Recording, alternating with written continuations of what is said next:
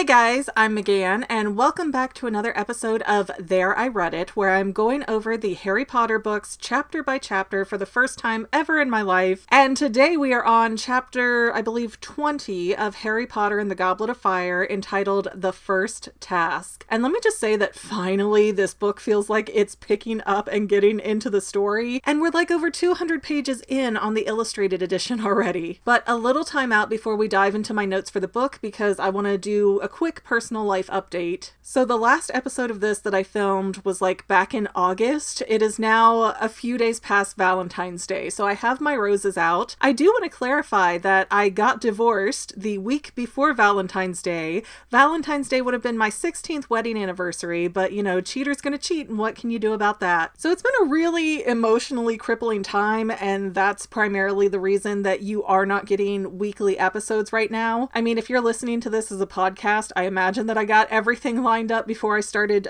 putting those on air, but if you've been watching me on youtube.com/the Fanily, I am sorry about the huge gaps between chapters. It just kind of is what it is right now. But I do want to take a minute because I decided to record today primarily because I wanted to immortalize these roses on film because they're so pretty. But I do also have to pause and say that I went to the store and bought them for myself because the man I have been dating is making me a little bit crazy. We've been seeing each other for a while now. He asked me almost, 7 months ago if I would like to go Facebook official. I said yes, and every time I have followed up with like, hey, when are we going to do that? He has shot it down, and he's been like, well, I have plans for this. And so I thought, because I asked him the weekend before Valentine's Day again, and he was like, no, I have a plan for when I'm going to announce this as a couple on Facebook. And so I figured that meant Valentine's Day was when that was going to happen, but it didn't. And I kept saying, hey, this would have been my wedding anniversary. It's a really hard day. I don't want to be alone. Can we do something on Tuesday? Valentine's is really important. It's our first Valentine's Day together. And he kept responding to me with things like, well, you'll just have to wait and see.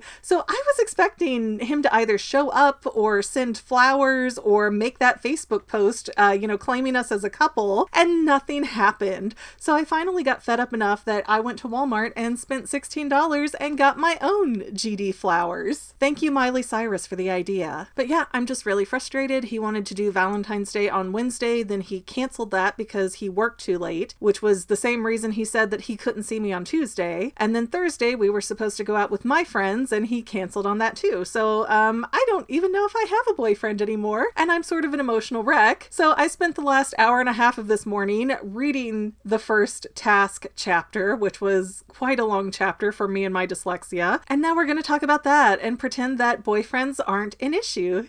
Yay! Anyways, let's finally jump into my notes. They are orange today, if anybody's curious. So, chapter 20 of Harry Potter and the Goblet of Fire.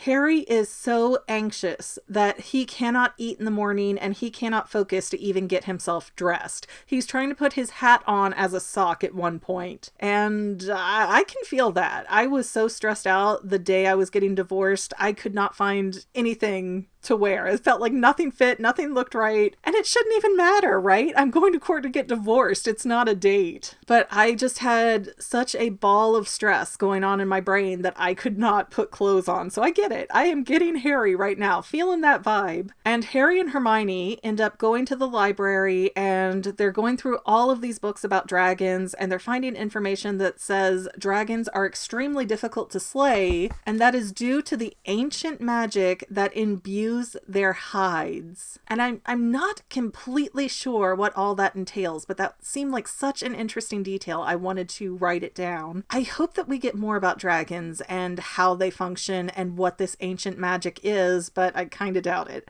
I feel like after this chapter, they have served their purpose in the book and we will never talk of them again. And Harry also tosses aside a book that's called Men Who Love Dragons Too Much.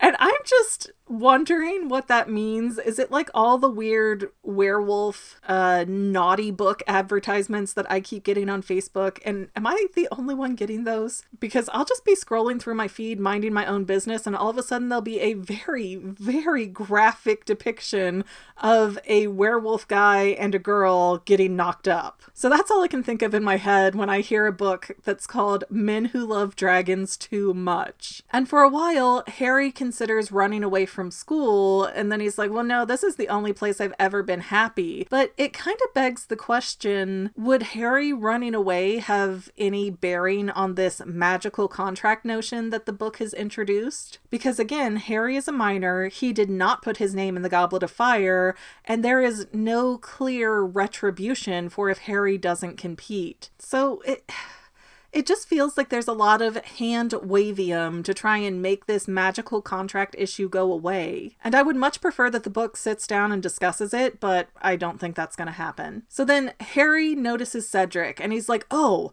Cedric might be the only one of the champions who doesn't know about the dragon, so I need to tell him. And Cedric has his fan club sort of, caked around him. So instead of just passing Cedric a note or saying, hey, Cedric, can I talk to you for a minute? And, forcing that private information to be passed along, Harry pulls out his wand and screams Defendo, which nobody else hears apparently, and that rips open Cedric's bag and spills stuff all over the place. And he has one of his ink, what do you call them? Not cartridges, but his ink containers for the quill just shatter and go all over his books, and now his bag is ruined. He probably has papers to turn in that are now all completely destroyed, and it's just like, what kind of a dick are you, Harry? I understand that the information needed to get to Cedric soon, but again, hey, Cedric, can I speak to you like a human being? Could have worked. Or, hey, I have a note, please read this in private.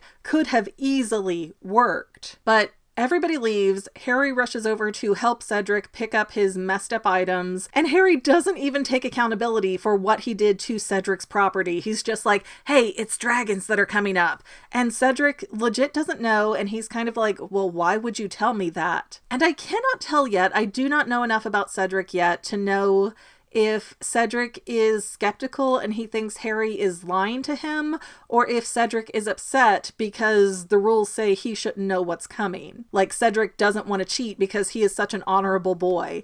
And actually, based on what we have seen of Cedric, that little bit from a previous book where Harry got injured and Cedric ended up winning the Quidditch match, and he wanted to redo it because Cedric didn't want to win based on Harry being hurt and out of the game. So my guess is that Cedric is just very naturally honorable as a person. If Cedric would have ripped Harry's bag to tell him some pressing information, Cedric would have at least said something and probably fixed the bag too. Not Harry though. Not Harry. So then, kind of out of nowhere, Moody steps out of his office and calls for Harry to come in there, and he's like, hey, that was a decent thing you did, Harry. And Harry's like, oh no, am I going to be in trouble for squealing about the task? And Moody's like, oh no, it is pretty standard practice that the Triwizard Tournament participants cheat. And now I'm thinking of that early episode of Naruto where they have to pass this difficult exam by sneaking, cheating in different ways. And so I guess in this world, it's cool to cheat, just don't get caught. And so it's kind of weird to me that Madame Maxine and Karkaroff are both willing to cheat, and Dumbledore is like, no, we will not cheat here. Like, that puts his champions in Hogwarts at an extreme disadvantage. I don't get this. But anyways, in Moody's office, a few interesting items are called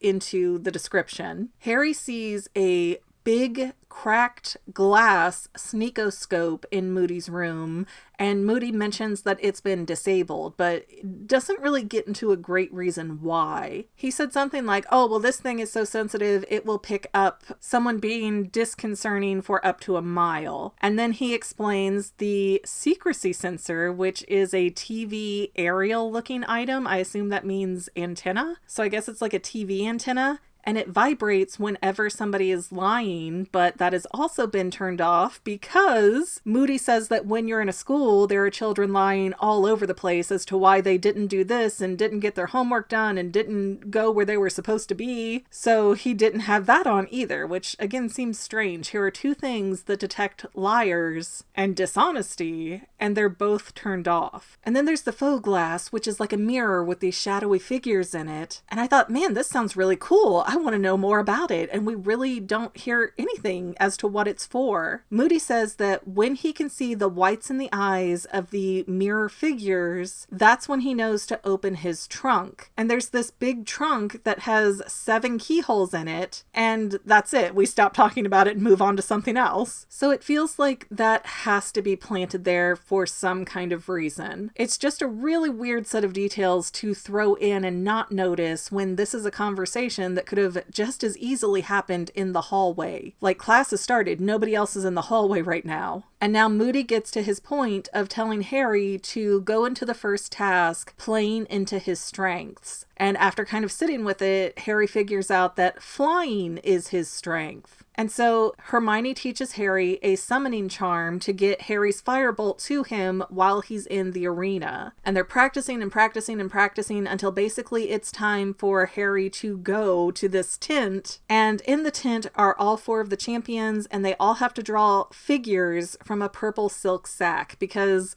even though they all know it's dragons, they don't officially know that it's dragons yet. So Bagman is kind of trying to play into this idea that nobody knows what's coming. And the kids are told that their task is to collect the golden egg. And Harry's looking around, seeing everybody kind of stressed out and super nervous. And he's thinking to himself, well, at least they volunteered for this. And I'm just like, does this boy have no empathy for anyone but himself? Like, every time Harry is faced with a challenge, it's all, wah, wah, poor me, and forget everybody else who's going through the exact same things. Like, I cannot stand Harry. But anyways, in order, Fleur draws the Welsh green, and it has a number 2 on its neck, which means she goes out second to fight the dragon. Crumb has number 3, the Chinese fireball. Cedric has the Swedish short snout, which is number 1. And Harry draws number 4, the Hungarian horntail. And then Bagman pulls Harry to the side and he's like, listen, if you want some tips as the underdog of this, just let me know. I can give you some tips. And Harry's just like, no, I'm good. I already decided what I'm going to do. Like, come on, you little butthead. Just get the tips. I don't know if Harry just doesn't like Bagman's vibe, and so he's like, I don't want any of this victory going to him, or what the deal is, but I don't see why Harry would not take that advice, because he's not even sure that calling for his broom is going to work at this point. And so Harry is in the tent as the other competitors are going out to the field one at a time. Whoever is not out competing has to stay in the tent. They can hear the commentary outside, but there's nothing really specific being said. Bagman's out there commentating, going like, oh, that was a bad move. Ooh, that was a narrow miss. But he's not saying what spells are being done or what actions are being taken. So the people inside the tent really have no idea what was done to win the golden egg from the dragon, or what the scores are for the people who go before them. So the judges will show the scores, but they do not verbally announce them. And I like that it keeps it more fair and balanced, because otherwise it would be Harry sitting in this tent until the dead last time to go out, and he's hearing, oh, this spell was used, and oh, this person did that, and oh, this is how they got the egg, and now they've got all 10s or whatever. And that not only messes with your head, but it can give you tips that would not necessarily be fair for you to have as the person going last. So I do like that they're trying to balance this out. So now Cedric, Fleur, and Crumb have all gone out. They have all defeated their dragons and gotten the golden egg. And now it's Harry's turn. And so he's out there. He gets the firebolt. Accio firebolt works. And he decides to treat going up against the dragon like a Quidditch match. And Harry's plan is to get the dragon dizzy. So he's got its head going all over the place, following him around. Harry is dodging bursts of fire, but then he does get cut by the dragon's tail. And he notices that the dragon has the golden egg in her clutch of real eggs. So that's why the dragon is extra protective. She does not want to leave those eggs. She's just smogging them basically and clinging onto them for dear life, because you have to think that dragon has got to be terrified for her babies at this moment in time. I don't know if dragons count as animals for this to be animal abuse, but this does not feel okay. But after a while, Harry kind of messes with the dragon enough that when he flies up, the dragon tries to chase him with her head, and when her head won't reach him, she rears up to try and get Harry, and that's when Harry darts down and dives on top of the egg and gets it. And so now Harry is going to see Madame Pomfrey and get sort of magically stitched up, and Hermione and Ron come in, and Hermione's face is all scratched up because she's so horrified watching Harry do this task. And Ron says something about like, wow, whoever put your name in the goblet must have wanted you dead. And Harry's like, oh yeah, you finally figured that out, did you? And poor Hermione is so stressed out, like she's crying and like, you boys are idiots, just kiss and make up. And they seem to really, get on a better footing with themselves at this point after weeks and weeks of being hateful with each other. Because they say that Ron sounds like he's ready to apologize and Harry doesn't want to take it. He's just like, no, I don't need it. We're good now. So Ron goes back and starts explaining to Harry what the other competitors did to get past the dragons and get the golden egg. And this is funny because if I haven't mentioned it before, I directed the play Puffs, which is Harry Potter from the perspective of the Hufflepuff house. So when we get to this scene in Puffs where they're fighting the dragon, we had different things and different props going on that me, having not read this part of the book yet, did not fully understand. So I have got a visual aid to show you guys in a second. But Cedric transfigured a rock into a dog, specifically a Labrador. But Fleur had charmed the dragon and gotten it to fall asleep, and that's how she got her egg. Crumb put some kind of spell in the dragon's eye, and it went on this little rampage and ended up squashing half of its real eggs. And that lost Crumb some points because they weren't supposed to do anything that actually injured the dragon or the eggs. Which is also weird because I don't remember anybody saying a word about that beforehand. Like the kids just found out that it was dragons that they were going to be facing moments before they went out there. I don't remember any rules being gone over for how to treat the dragon or what the results should be. It was just get that egg at any cost. So I don't feel like that's fair for Viktor to lose points for that. Although on the other side of it, I think that's absolutely the reason why you should not be using a dragon with real eggs. Again, animal cruelty. But Cedric, my dear boy, decided to transfigure a rock into a dog, specifically a Labrador. And let me show you the prop we had for this scene. This is Biscuit, who is coincidentally a Labrador puppy that was completely by accident. One of the people in our cast actually made this prop for us. And so when we have our version of the Bagman character in Puffs narrating this scene about Cedric making a dog appear on the field, this is what the dragon does to it. The dragon saunters over to the dog, grabs it, and rips off its head. And I don't know if there's any reason to believe that that's what happened in the book, but in my heart, that is what happened in the book. And by the way, that is not the directors having a morbid take on that scene, because the line literally talks about ripping the dog's head off and there being guts everywhere. And if you watch the original stage play for Puffs, they have a hand puppet where when they rip the hand puppet off, it's got these red streamers underneath. So it's very much in context for what the original play had in mind. Anyways, that brought me way too much joy to share. I might be a terrible person. But Harry is finally doing good enough to come out and get his scores. And Madame Maxine gives Harry an 8, which I assume is out of 10. Crouch gives a 9. Dumbledore gives a 9. Ludo Bagman gives Harry a 10. And Karkaroff gives Harry a 4, which the entire audience seems very unhappy with. And it turns out that Harry and Crumb are now tied for first place. And then it was like, oh, well, that makes sense. Karkaroff didn't want Harry to outperform Viktor, so he made sure that they at least tied. And then the competitors go back to the tent, and Bagman comes in and tells them that the next task is going to be on February 24th, and that their golden egg has hinges, and if they figure out how to open it, they will get a clue for what the next task is. And then Rita Skeeter appears out of nowhere and she wants to have a word with Harry, and Harry's like, yeah, I'll give you a word. Goodbye. And it's like, whoo! oh, look at the salt on that boy. And with Rita, I get it. Like, Rita did Harry dirty in the press, so I could see him not wanting to interact with her. I get that kind of a bad reaction. But Harry tends to have this very I'm better than everybody or I can't stand anybody attitude to so many people for so many unwarranted reasons. But it felt really weird with this chapter. Like, it should have been 2 chapters. The lead up to the task and then like Harry having his turn. Because again, it took me an hour and a half to read this chapter and I don't know how long it is in the normal size books, but in this book, it took me forever to get through it. But yeah, I like this chapter, even though it had a good chunk of action in it. It wasn't quite as, dulled over in my brain as a Quidditch match is. But now it's November in the book, and we have about 3-ish months before the next task, and I'm just like, oh, how much weird filler is going to be in there now. Anyways, I hope you guys have enjoyed this. It seems like, oh wow, I've been recording for over 35 minutes at this point. Obviously, once I edit, it will be shorter, but just, whew. Yeah, there was a lot to talk about this chapter, and I'm excited to know what you think about it, so please like, subscribe, share, comment, and let me know your opinions. And other than that, we will see you next time, Fanily members. Bye!